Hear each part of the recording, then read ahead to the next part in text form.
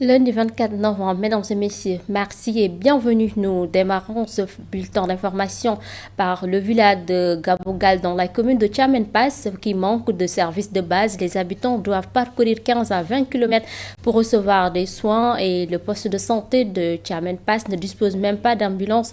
Les évacuations sanitaires se font souvent à bord de véhicules de transport. Les Wopouya, ces doléances ont été exprimées lors de l'inauguration de la case de santé de Gabougal construite par le directeur de fonds de garantie automobile, Mamadou Chan.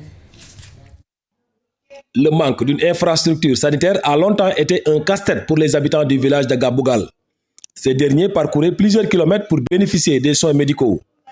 Le directeur du fonds de garantie automobile, Idrissa Samb, s'en explique. Comme vous l'avez dit, c'est à 20 km de la commune de Dara, 15 ou 20 km de Tchamen Pass.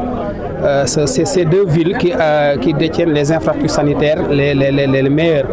Donc ça permet à la population d'abord d'être très proche de la santé. C'est que vous n'êtes pas sans savoir que toute la population convergeait vers Dara ou Tchamen ou parfois même à Linguère. Cette difficulté est désormais un vieux souvenir grâce au directeur Idrissa Samb qui a doté le village de Gabougal d'une case de santé. Moussa Ndiaye, le maire de Tchamen Pass, s'en réjouit. Le président de la République ne cesse de marteler qu'il nous faut installer une justice sociale dans le Sénégal. Il faut aussi ce qu'on appelle l'équité territoriale. Donc, M. Idrissa Samb, en dotant donc, au village de Gabougal une case de santé de dernière génération, si j'ose le dire, je pense que c'est quelqu'un qui mérite toutes les félicitations de la commune de Tchamen Pass. M. Samb inscrit son geste dans le cadre d'une réponse à l'appel lancé par les nouvelles autorités. L'essentiel est que la santé étant une compétence transférée, nous avons jugé nécessaire d'aider les autorités étatiques, mais aussi les autorités municipales, pour que les infrastructures sanitaires soient beaucoup plus proches de la population. L'infirmier, chef du poste de santé de Tchamen Pass, a profité de la cérémonie de réception pour réclamer une ambulance à l'État. Nous traversons des difficultés liées au manque d'ambulance dans le poste de santé. Nous interpellons le ministre de la Santé et les autorités locales. Cette case de santé nouvellement construite à Gabougal va à coup sûr soulager les habitants de cette bourgade enclavée et toujours laissée en rade. Et puis, plus d'une centaine d'accidents ont été enregistrés à Kédougou, faisant 4 morts. Face à cette situation, le commissariat urbain et l'association des conducteurs de moto Jakarta ont organisé une journée de sensibilisation sur la sécurité routière. Cette action vise à aider les conducteurs de tchak-tchak à connaître les règles de base des codes de la route pour se mettre en règle. Mamadou Sissé pour les détails. 117 accidents dont 4 mortels et 2 corporels en moins de 6 mois dans la commune de Kédougou et 20 autres accidents enregistrés au mois de novembre. Les causes sont diverses. Les causes de ces accidents sont multiples. La première cause est que les conducteurs de motocyclistes n'ont pas de permis de conduire. Ils ne connaissent pas le code de la route. C'est ça le problème. C'est la raison pour laquelle le commissaire a initié cette animation, vraiment pour les sensibiliser, qu'ils cherchent le permis de conduire. Le commissaire et le commandant du commissariat urbain de Kédougou, les sapeurs-pompiers et l'association des motards de la sous-région ont tous participé à la séance de sensibilisation et de renforcement des capacités des conducteurs de moto Jakarta ici à Kédougou. Ils lancent un appel. Je pense qu'au sortir d'ici, ils ont compris les pièces afférentes à la conduite d'une moto, qui est le permis, la carte grise et l'assurance. Et au sortir d'ici, ils vont penser à avoir le permis de conduire, la carte grise et l'assurance de la moto. L'association des motos de roues ou tchak-tchak de Kédougou s'est félicitée de la rencontre au centre régional culturel de Kédougou. Autre actualité, la journée internationale de la pêche artisanale célébrée ce week-end a servi de tribune pour les habitants de Diofior. Face à la presse locale, ils ont dénoncé les difficiles conditions de travail des pêcheurs et ainsi que la précarité dans laquelle vit une grande partie de la population. Suivons tout cela dans ce reportage d'Endey Amissar.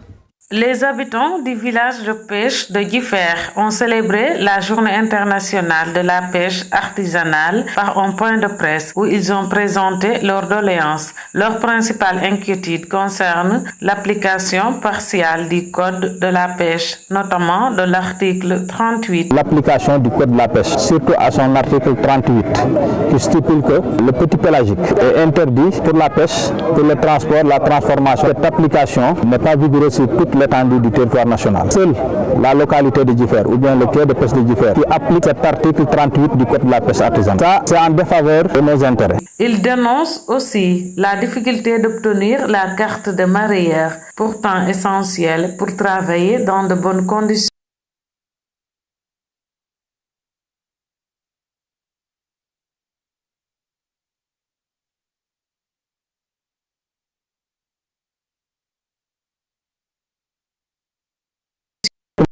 Ce qui nous concerne, c'est les cartes. Nous avons constaté que cette carte a une durée de vie d'1 an. Le coût est de 30 000 francs par année. Donc nous avons dit que c'est cher et ça doit être revu. Nous, ce que nous réclamons, que cette carte ait une durée de vie de 5 ans.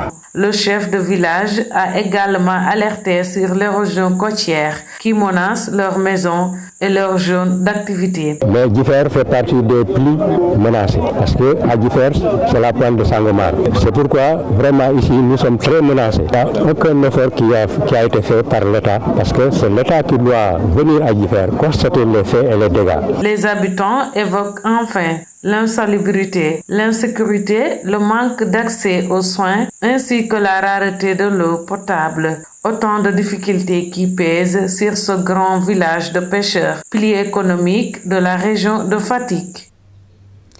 Direction Louga également face à la presse, l'Alliance nationale pour le développement rural a alerté sur la campagne arachidière et demandé en même temps à l'État de fixer rapidement le prix de l'arachide pour assurer une bonne commercialisation.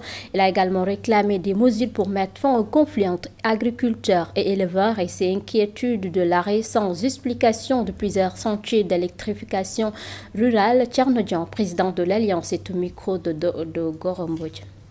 Mais on a constaté que jusqu'à maintenant, nous ne connaissons pas le prix de l'arachide et que les paysans sont en train de vendre leur production au niveau des loumans à des prix vraiment qui sont minimes. Nous demandons en tout cas à l'État, à la CENIA et au ministère de fixer le plus rapidement possible le prix de l'arachide. Deuxième point concerne les conflits entre les agriculteurs et les éleveurs. Les difficultés qu'on constate, en tout cas, sont évitables. Il faut que l'État, à travers ses démembrements, essaie de régler, en tout cas, ce problème qui persiste et qui dure chaque année. L'autre aspect, c'est dans le domaine de l'électrification rurale. Nous avons constaté que beaucoup de programmes et de projets du PIDC sont à l'arrêt. En tout cas, entrepreneurs qui ont réalisé à hauteur de 90%, il y a des villages où tout le matériel, toutes les installations ont été faites, mais on a constaté qu'il y a un arrêt.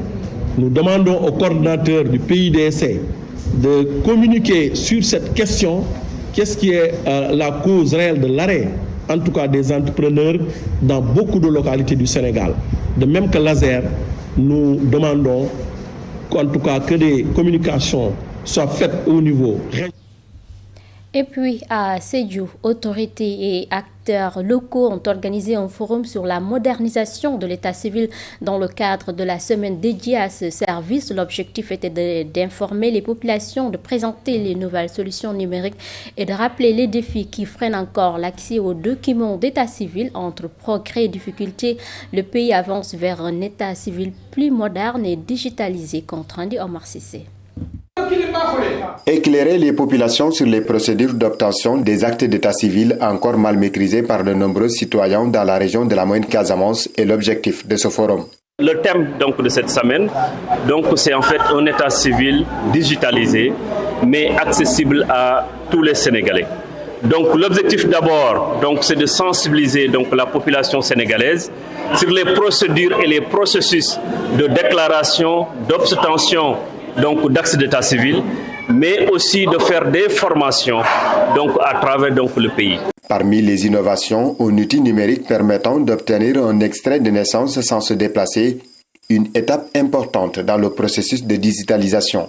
Nous avons profité aussi pour exposer les outils que nous avons conçus, mais aussi les outils qui sont actuellement donc en cours de développement au niveau de l'Agence nationale de l'état civil. Il y a un autre outil d'usage. Cet outil-là permet aux Sénégalais, où est-ce qu'il peut être, d'avoir son extrait de naissance sans se déplacer.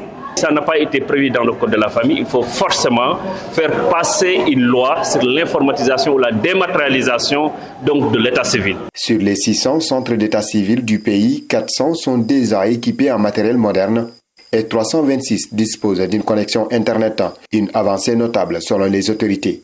Hormis l'aspect matériel, maintenant, il y a l'aspect logiciel. C'est l'outil qui existe derrière pour aider à avancer. Donc ce que je veux dire par là, dans la digitalisation, c'est venir aussi pour régler les problèmes de fraude et de falsification qui se fait actuellement dans l'état civil. Ce forum a permis de faire le point sur les progrès accomplis et les défis qui persistent. Une étape importante dans la modernisation de l'état civil, un service essentiel pour garantir l'existence juridique de chacun. Les participants espèrent que les recommandations issues de cette journée contribueront à renforcer un système en pleine transformation. Et c'est la fin de ce bulletin d'information. Mesdames et messieurs, merci de votre aimable attention. L'info continue sur la télévision communautaire, mais également sur toutes ces plateformes digitales. Bonne suite de programmes sur la RTC.